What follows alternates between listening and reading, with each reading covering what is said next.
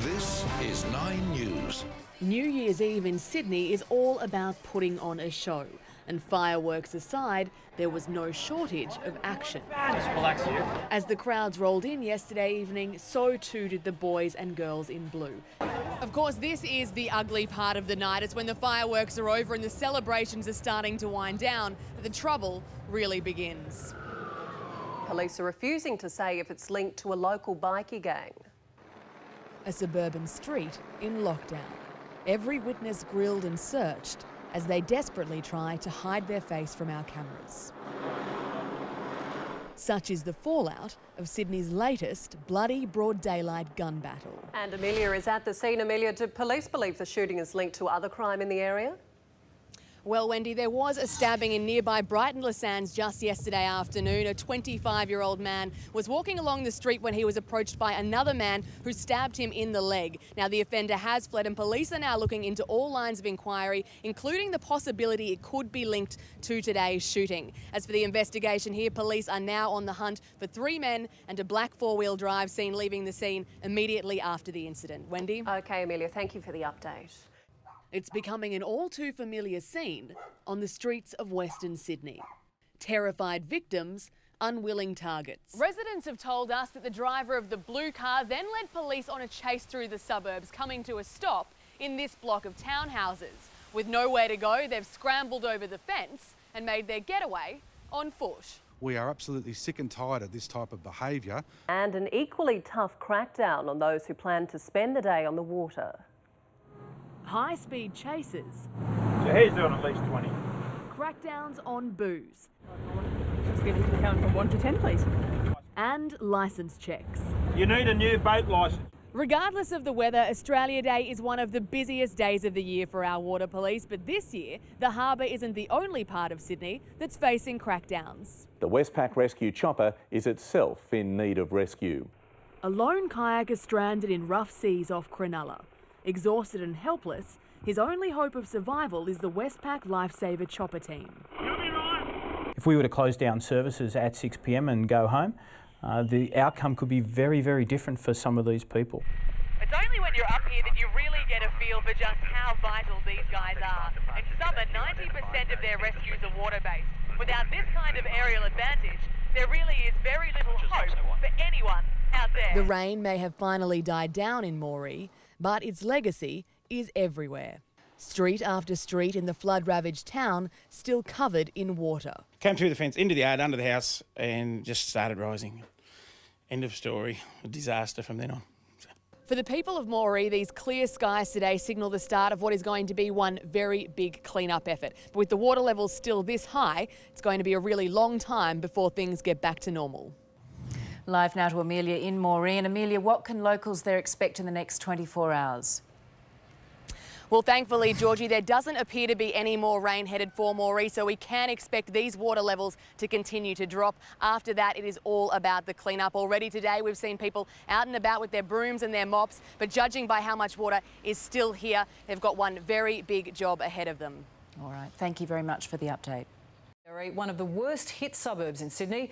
Amelia, what's the situation there now?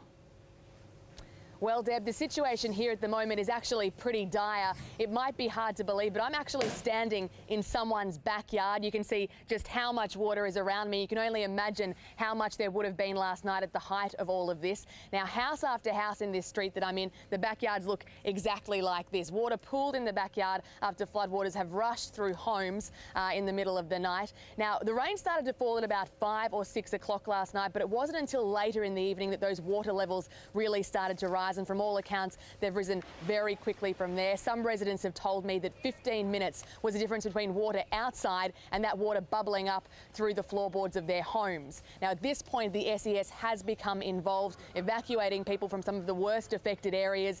SES boats are travelling up and down these streets, getting those people out of their homes, taking them to friends and relatives' places, some into emergency evacuation centres. Those people have had to leave all their property behind. many of them barely had a chance to get things up onto higher ground before they had to flee their homes. The SES was also involved in a number of animal rescues. There's a few greyhound breeders out here. So last night we saw 120 greyhounds rescued from one of the properties. They're also involved in rescuing horses and goats and cats and dogs. But look, it was a very dramatic night here in Londonderry, and something a little bit unusual for the people out here because this is normally bushfire territory. But we did speak to a few of the locals here this morning about their experience. Let's take a listen. Our problem isn't way high up at the back of the property. Our problem is getting out of it. Yeah, amazing. I've just never seen anything like it come up so quick. The worst rain I've ever seen in the 17 years we've lived here. Amelia, certainly extraordinary scenes. There are clear skies where you are now, but there's more rain on the way. Yeah, Deb, look, it has been raining on and off here all morning, and there are still a few grey clouds around that are looking quite threatening. I think we can expect more rain here this afternoon. Just this morning we were told they might be expecting another 100 or 200 mils by the end of the day, which is not very good at all. What that means is these water levels probably won't have a chance to go down soon, which will hinder the clean-up process for the locals. So I think it will be a long day of waiting, Deb, before these conditions ease off. Indeed it will. Amelia Ballinger there in Londonderry. 9 News reporter Amelia Ballinger is in Greenfield Park with us this morning. Amelia, good morning. What do we know about this latest shooting? Good morning, Ben. Well, the information we have at this stage is that police were called here to Greenfield Park just after 2 o'clock this morning following reports of gunshots being fired. Now, police believe that there was an exchange of gunfire between two cars, a blue Toyota and a white sedan at this intersection right behind me here. Both cars have then fled the scene, but it is thought that one car may have been chasing the other. Now, we don't know who was in the cars or why they were shooting at each other, but frighteningly, this house across the road was caught in the crossfire. Up to 2 bullets hitting the house, maybe 7 more being fired in that direction. Police have told me this morning they don't believe that the people living in this house were a target at all. They've only been in the area about a year, and I did speak with the owner a little bit earlier. He assures me everyone is okay. Thankfully, no reports of any injuries, Ben. Yeah, it's a massive concern for people whose homes are caught up in all this, but the bigger concern is that it's not all that unusual. We only had another one of these, on Monday night? Yeah, that's exactly right. There were reports of 2 separate drive-by shootings in Sydney on Monday night. It is only very early in the investigation here, of course, and this area is very close in proximity to those 2 areas from the incidents on Monday night. At this stage, though, police do not believe that the 3 are linked, but they will be looking at all lines of inquiry, of course, and hopefully they'll have a little bit more information later in the day, Ben. Amelia, thank you very much for your time. For the latest 9s, Amelia Ballinger joins us now from Moree, which is one of the worst affected areas. Amelia, it's obvious the flood effects behind you there. What is the situation this morning?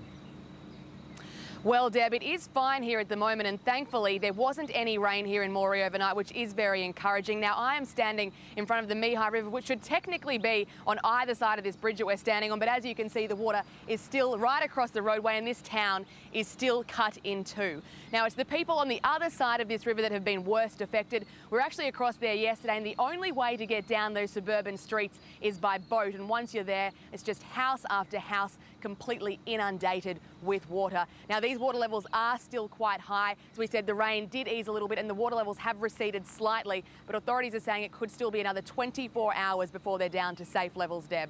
And it is clear skies there, but as you say, it looks like there won't be much of a reprieve for residents battling the floods in the days and weeks ahead. Yeah, that is what we're hearing. Even though it is fine at the moment, just yesterday, SES workers here on the ground in Moree were told to expect another 100 mils of rain in the next 24 hours. Now, that amount of rain, or even the smallest amount of rain here, could cause enormous problems, especially if the water levels are still as high as they are. It's not just limited to Moree, though. Right across northern New South Wales, authorities are warning that floods could continue for weeks as those floodwaters from Queensland make their way down here, Deb. Amelia Ballinger in Moree, thank you.